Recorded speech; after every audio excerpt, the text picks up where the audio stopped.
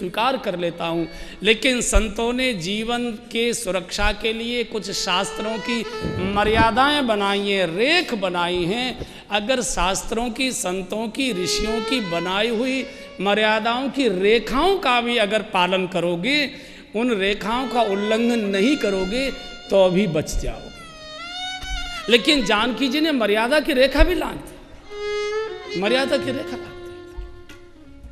यही भूल है, मर्यादा मत तोड़ो। कितना भी बड़े से बड़ा हमारा ऑफिसर है, कितना से बड़ा रिश्तेदार है, अगर वो हमको गलत ओर ले जा रहा है, गलत जगह पर बिठाता है, गलत चीजें खिलाता पिलाता है, प्रणाम करो, आदर दो, जो करना है वो करो, लेकिन वो मत न, बस इसके आगे यहाँ तक तो हम आपके साथ चल सकते, इसके आगे नहीं।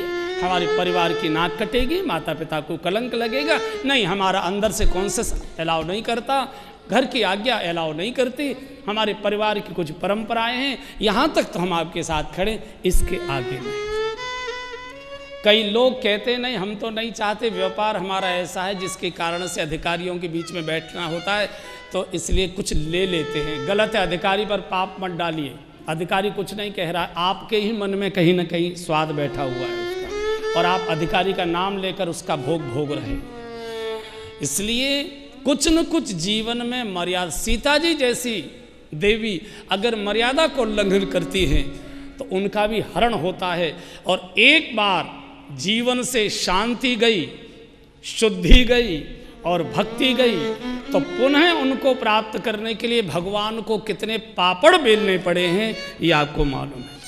एक बार कुसंग की ओर पैर गया फिर बहुत कठिन है, वो तो भगवान थे जो निकाल लाए, अन्यथा तो सब के सब फंस जाते और मर ही जाते हैं, बच नहीं पाते। गीधराज ने जरूर संघर्ष किया था, लेकिन रावण उनके पंख काट कर चला गया। भगवान जब जानकी जी की खोज में निकले हैं, जटायु राज से चाचा जी कहा करते थे, दशरथ जी के बचपन के मित्र थे, उनको इस दशा में देखा, जटायु को उठाकर प्रभु ने गोद में ले लिया, जटायु की धूर जटान सुझारी। जब जटायु ने पूरी घटना सुनाई तो कहा कि चाचा जी आपको स्वस्थ कर दूं? बोले नहीं राघव, इसी समय की, इसी अवसर की प्रतीक्षा कर रहा था, बस अब तुम आ गए, और आज मैं अपने भाग्य की किन शब्दों में सराहना करूं। एक बार तुम्हारे पिताजी ने मुझे वरदान दिए थे, उस समय शनिश्चर के साथ उनका युद्ध चल रहा था और वो संकट में फंसे थे, मैंने उनके प्राणों की रक्षा की थी। तो दशरथ जी ने कहा था कि आज आपने हमारे प्राणों की रक्षा की है, हमसे वरदान मांगो। मैंने कहा था महाराज आज वरदान नहीं चाहिए, वृद्धावस्था के लिए वरदान दे दीजिए, आगे काम ले लूँगा। क्या वरदान मांगे थे आपने? बोले मैंने कहा था महाराज मैं निसंतान हूँ, मेरा अंतिम संस्कार करने वाला दुनिया में कोई नहीं है, तो मेरी प्रार्थना है अगर वरदान देना चाहते हैं तो जब आपके पुत्र जन्म हो जाएं और मेरा ये समय आए, अंतिम समय आए, तो एक बेटा मेरा संस्कार करने के लिए भेज देना, बस इतनी कृपा करना राघव। आज मैं कैसा भाग्यशाली हूँ कि महाराज दशरथ के चार बेटे थे, लेकिन अंत समय में उनको जलांजलि देने वाला एक भी बेटा उनके पास नहीं था, और मैं कितना भाग्यशाली हूँ कि इस घनघोर वन में भी मैं दो बेटों की गोद में बैठा हूँ, दो बेटे मुझे जलांजलि देने के लिए बैठे हुए हैं, और मेरा क्या भाग्य हो सकता है। अब मुझे यहाँ से जाने दीजिए। और गीध गयौ हरिधाम, भगवान के धाम में गीध ने प्रवेश किया। शंकर जी ने कहा देखो देवी, प्रभु कितने सरल हैं। गीध अमिष, गीध अधम खग आमिष भोगी, मांसाहार करने वाला, वो भी सड़ा मांसाहार करने वाला अधम प्राणी भी, गति दीनी जो जाचत योगी। ये लगता है चौपाई गोस्वामी जी ने हम सब के लिए की है। कई बार अपने को ऐसा लगता है कि बहुत से हमने अपराध किए हैं, बहुत से दुर्व्यवहार किए, दुराचरण किए हैं, अब भजन करेंगे तो घर वाले मजाक बनाएंगे, आहा 100 चूहे खा के बिल्ली हज करने को चली है, कोई कुछ कहेगा, कोई कुछ कहेगा। इस संकोच में भी बहुत से लोग कुछ नहीं कर पाते।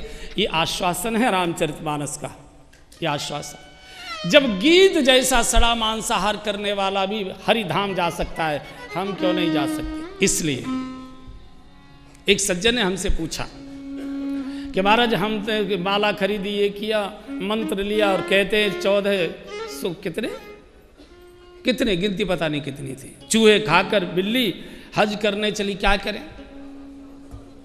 हाँ अच्छा 100 खाते हो, थोड़े कम कर दो, थोड़े कम कर दो, कोई बात नहीं, कुछ और खा लिया करो, करेले भी ऐसे ही होते हैं।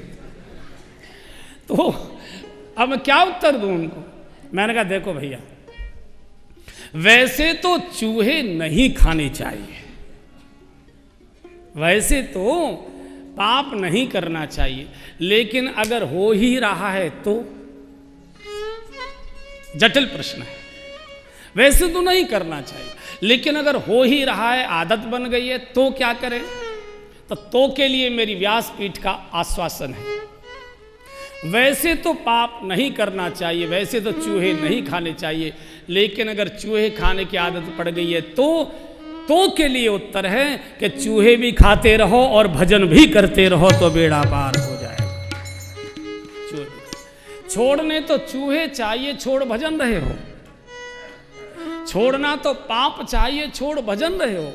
इसलिए मैं निवेदन कर रहा हूं, छोड़ना तो पाप चाहिए, लेकिन नहीं छूट रहा है तो जो कर रहे हो वो भी करते रहो और भजन भी करते रहो। अगर भजन करते रहोगे तो एक दिन चूहे ही आपको छोड़कर चले जाएंगे, आपको छोड़ने की जरूरत नहीं पड़ेगी, वो छोड़ देंगे आपको। शुभ हो जाएगा, शुभ करो, अशुभ आपको छोड़ देगा। और यहां से भगवान शबरी जी के द्वार की ओर आ रहे हैं। ओहो, 18 वर्ष की लड़की घर से आ गई, मतंग ऋषि के आश्रम में निवास है। 10 तरह की चर्चा साधु करते हैं मतंग ऋषि के बारे में, लेकिन बहुत लाड़ प्यार से शबरी को रखा। एक दिन शबरी को कहा मतंग ऋषि ने कि अब हम बूढ़े हो गए बिटिया, बस आयु हमारी पूरी हो गई, अब हम जाना चाहते हैं। शबरी रोने लगी, बाबा आप थे तो मैं सुरक्षित थी, साधु महात्मा तो मुझे मार डालेंगे। बोले तुझे कहीं जाने की आवश्यकता नहीं, तेरे आश्रम में कंदमूल फल हैं, पंपा सरोवर तेरे निकट है, मैं आशीर्वाद देकर जा रहा हूँ। एक दिन तेरी कुटिया पर स्वयं भगवान राम आएंगे, तुझे कहीं जाने की आवश्यकता। राम आएंगे? हाँ बाबा, मैं तो पहचानती नहीं राम कैसे होते हैं। मतंग ऋषि ने कहा बेटी, पुरुष वेश में पहली बार तेरी कुटिया पर जो आए समझना राम ही आए हैं, राम के अलावा तेरी कुटिया पर कोई नहीं आए। संत ने कहा है, गुरुदेव ने कहा है, संत की वाणी, गुरु की वाणी कभी असत्य नहीं हो सकती। गुरुदेव कहकर गए हैं तो अवश्य आएंगे। शबरी ने ये नहीं पूछा कब आएंगे, शबरी ने ये नहीं पूछा कब आएंगे, गुरुदेव ने कहा है तो भरोसा करके बैठ गई। और प्रतीक्षा करते करते शबरी 80 वर्ष की हो गई, नाम ही शबरी पड़ गया। इसका नाम शबरी नहीं था, इसका नाम बनवासी लड़की थी, लीलावती कलावती कुछ तो भी रहा होगा। शबरी नहीं था इसका नाम। शबरी क्यों पड़ा? सवर करके बैठ गई, नाम ही सबरी पड़ गया। सवर करके बैठे, हम सब बेसबर हैं। आज मंत्र लिया, कल भगवान प्रकट होने चाहिए। भरोसे के साथ सबर करके बैठ गई, जरूर आएंगे, जरूर आएंगे, जरूर आएंगे। और जो भगवान के भरोसे के साथ प्रतीक्षा में बैठता है, भगवान प्रतीक्षा से ही मिलते हैं। ऋषि मुनि प्रभु को रोक रहे हैं, बोले नहीं हमको शबरी जी के आश्रम का द्वार बताओ, हम शबरी जी से मिलना चाहते हैं। ये अंदर कीर्तन कर रही है, भगवान दरवाजे की कुंडी खटखटा रहे हैं और ये अंदर रामा रामा रटते रटते, रामा रामा रटते रटते, बीती रे उमरिया, बीती रे उमरिया, रघुकुल नंदन कब आओगे, रघुकुल नंदन कब आओगे, शबरी की झोंपड़िया, रामा रामा रटते रटते, रामा रामा रटते रटते, अरे रामा रामा रटते रटते। शबरी कीर्तन कर रही हैं, भगवान दरवाजे के कुंडी बजा रहे हैं। और ये सूत्र है, जिस परिवार में सुबह और शाम भगवान के नाम का कीर्तन होता है, उनका कीर्तन सुनने के लिए द्वारकानाथ उनके द्वार के बाहर आकर खड़े हो जाया करते हैं। ये नियम। विदुर और विदुरानी जी विदुर कुटी में कुटिया बंद करके कीर्तन कर रहे हैं।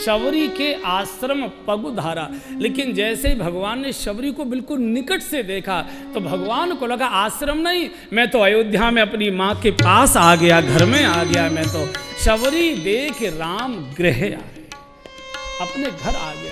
अंदर आए हैं, आसन दिया है, कंद मूल फल सुरस अति दिए राम कहुआन, प्रेम सहित प्रभु खाए। भगवान ये नहीं देखते तेरे हाथ में क्या है, प्रभु हृदय देखते हैं। तूने क्या दिया प्रभु ये नहीं देखा करते, तूने कैसे दिया प्रभु ये देखा करते। राम ही केवल प्रेम प्यारा। और अब बैठी शबरी रो पड़ी। भगवान ने पूछा माँ रोती क्यों हो? बोले क्या करूँ, अपने भाग्य को रो रही हूँ। भाग्य को क्यों रोती हो? बोले अधम हूँ, अज्ञ हूँ, अशिक्षित हूँ, कैसे मैं आपकी स्तुति करूं? आपकी तो वेद स्तुति होती है और मैं तो पढ़ी लिखी नहीं हूं। शबरी बोली है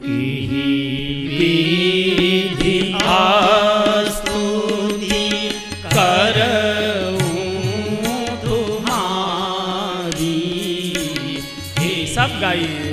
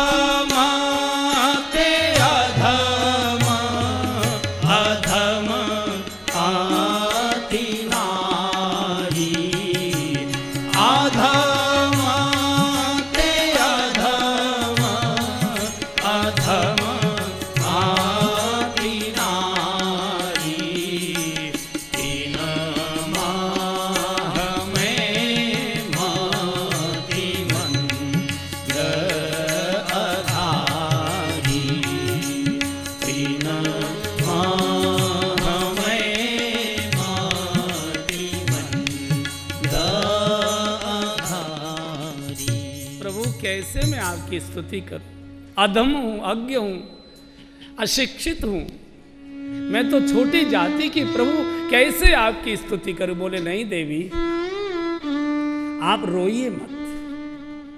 बोले रो न तो क्या करूं, कई विधि, आपकी स्तुति पूजा पाठ तो बहुत विधि विधान से होता है और मुझे तो कोई विधि आती नहीं है। भगवान ने कहा विधि को भाड़ में जाने दे, विधि को भाड़ में डालो, विधि की कोई आवश्यकता नहीं है। क्यों? अरे बोले विधाता जब तेरी बगल में बैठा हुआ है तो विधि की जरूरत क्या है तुझे? अब विधि के चक्कर में मत पड़, विधाता तेरे पास बैठा हुआ है। के ही विधि, मैं तो प्रेम का पुजारी हूँ, मैं तो प्रेम के वशीभूत हूँ। और सुनो देवी, कह रघुपति सुनी भामिनी भाता, कह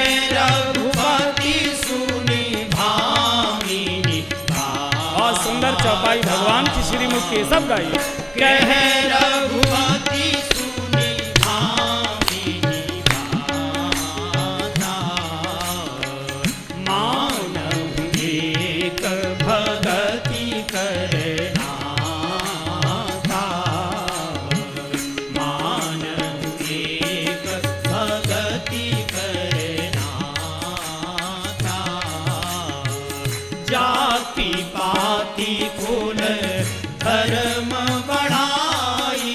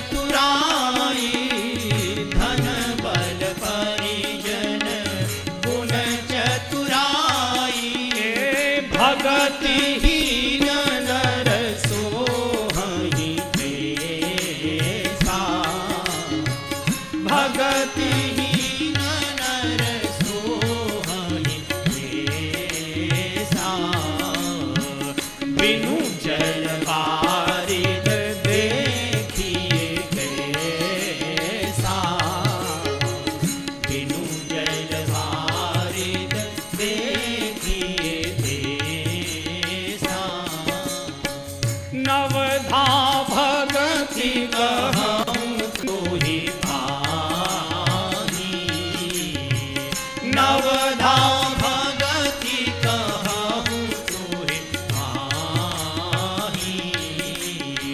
सावधान सुन धनु मन माही।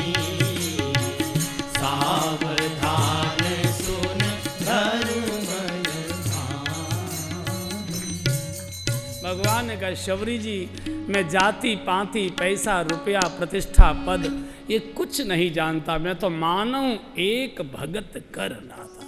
बोल गिरिराज महाराज की जय। गुरुदेव भगवान की जय। मैं तो केवल एक भक्ति के संबंध को स्वीकार करता हूँ और भगवान ने 9 प्रकार की नवदा भक्ति का उपदेश किया है। आज मैं जब चला था तो सोच कर चला था कि नवदा भक्ति पर पूरा विषय आज मैं उसका दर्शन करूंगा, लेकिन समय की सीमा नहीं कर पा रहा हूं। इस विषय को प्रणाम करता हूं, लेकिन जो गिरिराज जी के सज्जन जो भी 10, 20, 50 यहाँ बैठे हैं उनसे मेरा आश्वासन है कि 2 वर्ष के बाद इसी हॉल में नवदा भक्ति ही आपको सुनाने आएंगे। 2 वर्ष लगेगा, 2 वर्ष का समय, उस समय तक की मोहलत दीजिए और अब आगे बढ़िए। और यहाँ से भगवान ने कहा कि शबरी जी हमको जानकी जी का पता बताओ। बोले प्रभु पंपा सरह जाओ रघुराई, तहाँ होये सुग्रीव मिताई। देखो साधु की विशेषता देखो, वो ये नहीं कहते बाल ब्रह्मचारी हनुमान जी से मित्रता करिए। सुग्रीव सबसे ज़्यादा भोगी और विलासी, साधु कहता है जरा आप उससे मित्रता करें। क्यों? क्योंकि साधु जानता है हनुमान तो ज्ञानी हैं, ब्रह्मचारी हैं, गुणी हैं, ये तो अपने गुण बल से, ब्रह्मचर्य के बल से, तपोबल से, सेवा से भगवान को मिल लेंगे। ये विलासी तो विलास में ही डूबा रहेगा। अगर इस विलासी की, भोगी की भगवान से मित्रता हो जाए तो जो जीवन की शक्ति भोगों की खोज में लगा रहा है वो जीवन की शक्ति भक्ति की खोज में लगा देगा, सीता जी की खोज में लगा देगा, जीवन इसका शुद्ध हो जाएगा। यहाँ से प्रभु चले, शबरी जी ने योग से शरीर छोड़ा। जब जैसे ही आगे चले तो रास्ते में हिरण बहुत थे, मृग। तो जैसे ही धनुष्वाणधारी 2 राजकुमारों को देखा तो हिरण भागने लगे। हिरणियों ने कहा कि कहाँ भाग रहे हो? अरे बोले जल्दी चलो, दौड़ो तुम भी, रुको मत, ये 2 राजकुमार मार डाले। अरे बोले तुम्हारी बुद्धि बिगड़ी है। केवल पुरुषों की ही पत्नी नहीं कहती अपने पति को तुम्हारी बुद्धि बिगड़ी है, जानवरों में भी यही है। पत्नी तो सबकी एक सी होती है ना, उसमें कोई अंतर नहीं पड़ता है। तो बोले तुम्हारी बुद्धि बिगड़ी है, हैं? तुम क्यों भाग रहे हो? अरे बोले मार देंगे धनुष्बाण। अरे ये तुमको मारने नहीं आए, ये तुमको खोजने नहीं आए, तुम आनंद से चलो। तुम आनंद करहु मृग जाए, तुम आनंद करहु मृग जाए। कारण कंचन मृग खोजन जी आए, कंचन मृग खोजन जी आए।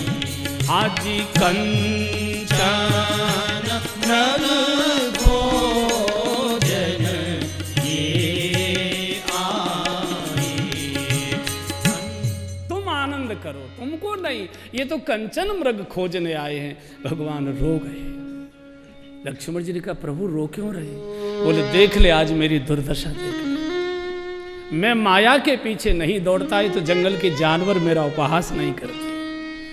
जो भी भक्ति को छोड़कर भोग की ओर दौड़ेगा, माया की ओर दौड़ेगा, जंगल के जानवर भी उसका उपहास करेंगे, मनुष्यों की तो बातें ही छोड़। कंचन मृग खोजन ये आए। और यहाँ से आगे प्रभु आगे चले बहुरी रघुराया, आगे चले बहुरी रघुराया। ऋषमुख पर्वत नियराया, ऋषमुख पर्वत सचिव सहित सुग्रीवा,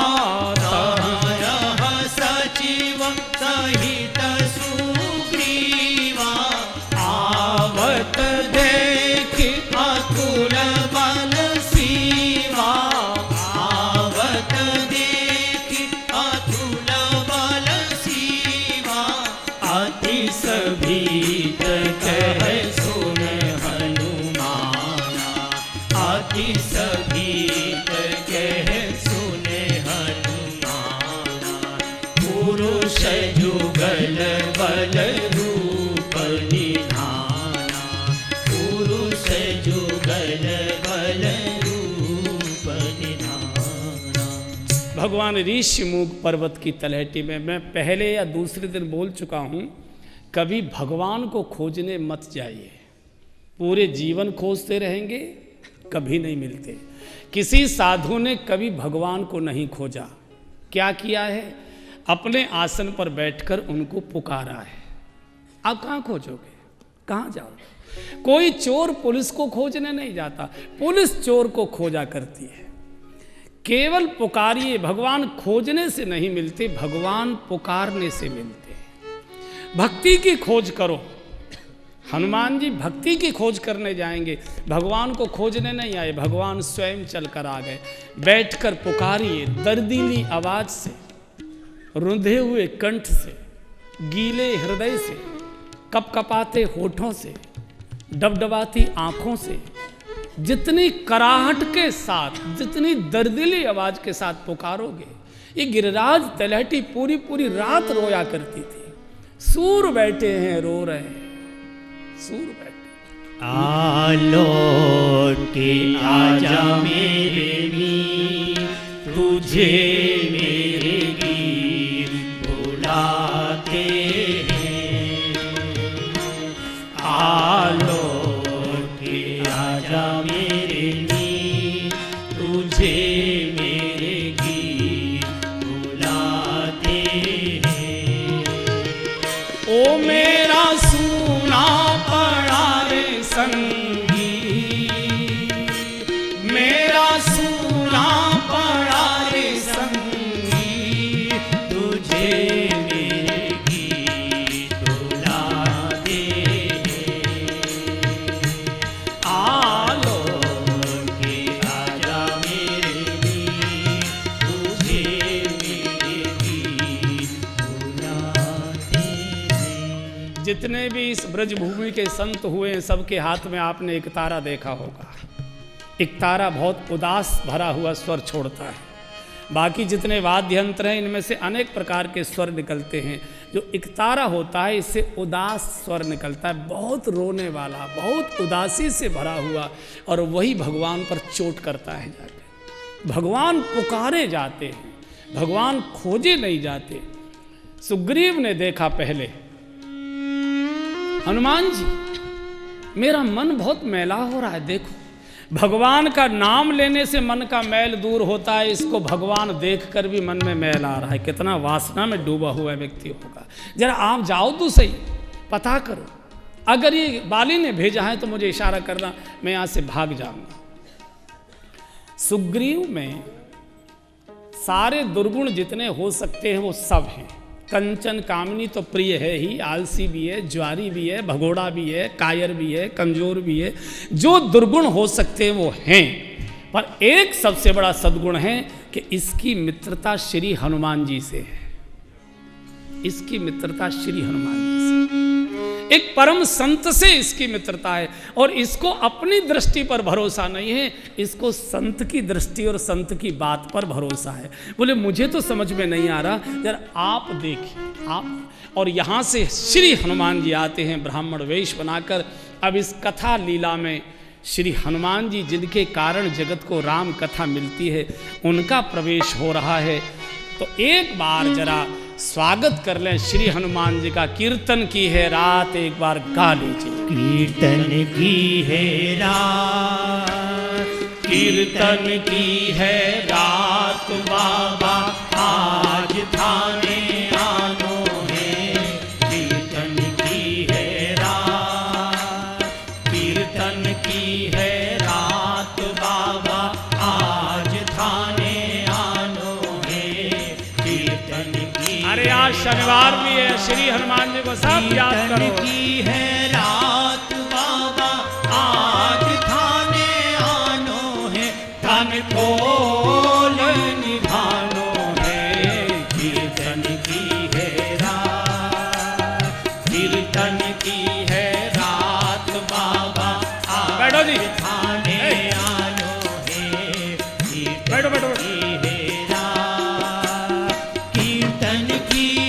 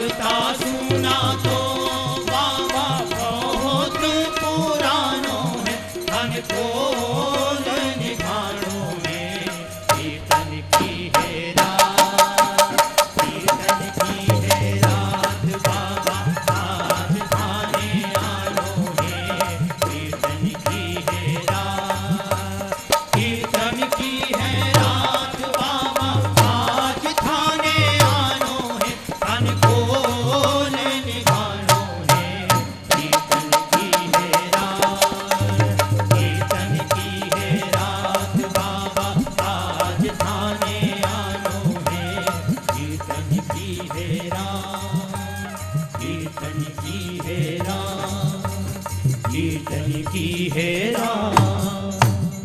बोलिए श्री हनुमान जी महाराज की जय। श्री हनुमान जी का कथा लीला में मंच पर प्रवेश हुआ। भगवान से परिचय हो गया। थोड़ी देर की झिकझिक के बाद कुछ प्रश्न हनुमान जी ने पूछे, कुछ चतुराई भगवान ने भी की, लेकिन अंत में कुल मिलाकर पहचान लिया। प्रभु पहचान परेउ गहि चरण। अब हनुमान जी ने कहा, प्रभु नाथ शैल पर कपिपति रहे, तेईसन नाथ मैत्री कीजिए। भगवान ने कहा, हमसे तुम करो ना, दूसरे को क्यों कह रहे हो? तुम सामने खड़े हो, तुम करो ना मित्रता। हनुमान जी ने कहा, प्रभु बुरा मत मानिए, मित्रता बराबर वालों में शोभा देती है। बराबर वाले तो सुग्रीव हमारे बराबर कैसे? बोले महाराज बिल्कुल दोनों एक से ही हो, बड़ी जोड़ी बढ़िया फिट बैठेगी। बोले कैसे है? बोले आप भी सूर्य वंश में हो और सुग्रीव भी सूर्य का मानस पुत्र है। आपको भी घर से निकाला गया है, सुग्रीव को भी घर से भगाया गया है, आपकी भी घरवाली को चुराया गया है, सुग्रीव की भी घरवाली को छीन लिया गया है। महाराज दोनों बड़े बढ़िया, बहुत बढ़िया जोड़ी बैठेगी। तो भगवान ने कहा ठीक है तो उसे ले आओ। बोले नहीं महाराज वो ऊपर से नीचे नहीं आएगा, अब आपको चलना पड़ेगा। साधक जैसे जैसे साधना की ऊंचाई पर पहुंचता है, अगर नीचे उतरेगा अनीति होगी प्रभु, अब तो आपको ही चलकर कृपा करनी पड़ेगी। भगवान ने कहा यार तू तो बड़ी कर्री अटका रहा है, कहाँ इतना ऊंचा पहाड़ का शिखर, अब कैसे चढ़ेंगे? बहुत थक गए भैया पैदल चलते चलते। हनुमान जी ने कहा हमारा चिंता क्यों करते, अभी तक तो पैदल इसलिए चल रहे थे कोई वाहन नहीं था, अब तो वाहन मौजूद है। बोले कौन सा?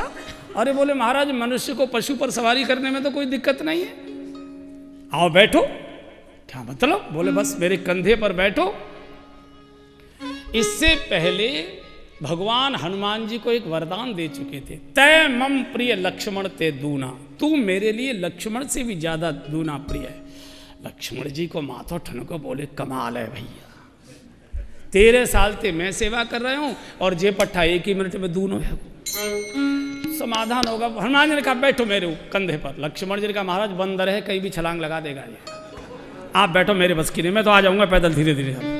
बोले नहीं हनुमान लखन ये बंदर बहुत समझदार है, ये ज्ञान नामक गर्गन्यम ये गड्ढे में नहीं गिराता, जो गड्ढे में गिर चुका है उसे उठाकर मेरे पास ले आया करता है, ये गिराएगा नहीं तुमको, आओ। और बाएं कंधे पर भगवान को और दाएं कंधे पर लक्ष्मण जी को बिठाकर जैसे ही हनुमान जी ने जय श्री राम कहा, एक छलांग में शिखर पर एक छलांग। जब दोनों को कंधों से उतारा, लक्ष्मण जी ने उतरते ही भगवान के श्री चरणों में 2 बार साष्टांग प्रणाम किया। भगवान का लखन क्या हुआ, यात्रा सकुशल पूरी हुई? इसलिए बोले नहीं महाराज गलतफहमी दूर हो गई इसलिए कर रहा हूँ। गलतफहमी क्या थी? बोले अभी आपने थोड़ी देर पहले कहा था तय मम प्रिय लक्ष्मण तय दूना, मेरा माथा ठनक गया था कि मुझसे दूना कैसे हो गया? महाराज दूना नहीं है, चौगुना है, चौगुना। कैसे? बोले महाराज मैं तो शेष नारायण हूँ, जैसे तैसे आपके ही भार को सहन कर पाता हूँ, लेकिन इसने आदि नारायण और शेष नारायण दोनों को एक साथ उठा लिया महाराज, निश्चित ही मुझसे दूना है। भक्त तो हमेशा दूना ही रहता है। अग्नि प्रकट की, सुग्रीव से मित्रता कराई। भगवान ने कहा सुग्रीव मार ललकार बाले को। बोले ऐसा करो मैं जब तक टीवी पे सीरियल आ रहा है करोड़पति को भाई देख लूँ तब तक तुम जाके ललकार। बोला आई जाना तो तुझे ही पड़ेगा, ललकारना तो तुझे पड़ेगा। बोले आप क्या करोगे? बोले मैं प्रतीक्षा करूंगा, अवसर देखूंगा तो तेरी सहायता करूंगा। अरे यही मित्रता होती है क्या? बोले क्या तू क्या समझता है, तू टीवी देखता रहे और मैं तेरे काम सब निपटाया हूं, तू सोता रहे। चल। यहां से सुग्रीव ने बाली को ललकारा और बाली आया है, एक पटकी मारी, मुंह काट दिया, भागा सुग्रीव। बोले महाराज आप लगता है बाली से मिले हुए हो, मार डाला। तो भगवान ने कहा मैं पहचान नहीं पाया था। प्रभु ने अपने गले की माला इसको डाली, अब जा। बाली देख रहा है इधर, लड़ रहा है उधर, देख रहा है। भगवान इधर उधर नहीं देखना, जल्दी से काम करना। और फिर भगवान ने बाली पर बाण छोड़ा, काम। सुग्रीव कहना चाहता है कि संघर्ष संसार से करो, लेकिन संघर्ष करते करते दृष्टि भगवान पर रखो। अगर संसार के व्यवहार करते करते दृष्टि भगवान पर रखोगे तो भगवान जरूर कभी न कभी सहायता का बाण छोड़ देंगे, संकट से मुक्त आपको कर देंगे। दृष्टि जरूर रखो। सृष्टि में चलो लेकिन दृष्टि भगवान के ऊपर। सुग्रीव का राज तिलक हुआ। भगवान ने कहा 4 मास अभी वर्षा ऋतु है, तुम जाकर राज्य का संचालन करना। लेकिन जीव का जैसा स्वभाव है, संकट में सब लोग प्रभु का सुमिरण करते, दुख में सुमिरण सब करें, सुख में करे न कोई। कंचन और कामिनी दोनों मिल गई, राज्य भी मिला, स्त्री पत्नी सब मिली। भगवत कार्य को जीव जब पैसा ज़्यादा आता है सबसे पहले भगवान को छोड़ता है, और वही सुग्रीव ने भगवान का देख लखन। वर्षागत निर्मल ऋतु आई, वर्षागत निर्मल ऋतु आई, सुधीनतात सीता के पाई, सुधीनतात सीता के पाई। सुग्रीवहु सुधि मोरि बिसारी, सुग्रीवहु सुधि मोरि बिसारी, पावा राज कोश पुर नारी, पावा राज कोश पुर नारी। देख ले भैया, कंचन कामिनी मिल गई, ऐसा कर मेरा धनुष बाण लाओ, इस जिससे मैंने बाली को मारा इसी से इसे मारूंगा, कल इसे छोड़ूंगा नहीं। लक्ष्मण जी हंस पड़े, बोले हंसता क्यों है? बोले कल मारने की कह रहे हो ना? हाँ। बोले कल आपका कभी नहीं आएगा, कल हमारे साथ खतरनाक है। पिताजी ने भी कहा था कल राज तिलक करूंगा, देख लो क्या हो रहा है, यहाँ बैठे हुए हैं वन में, आज ही क्यों नहीं मार देते? और सुनो प्रभु, बड़े का काम आपने किया, मेरे भी हाथ खो जा रहा, छोटे का मैं कर दूँ। भगवान का मारना नहीं, भय दिखाए ले आवहू।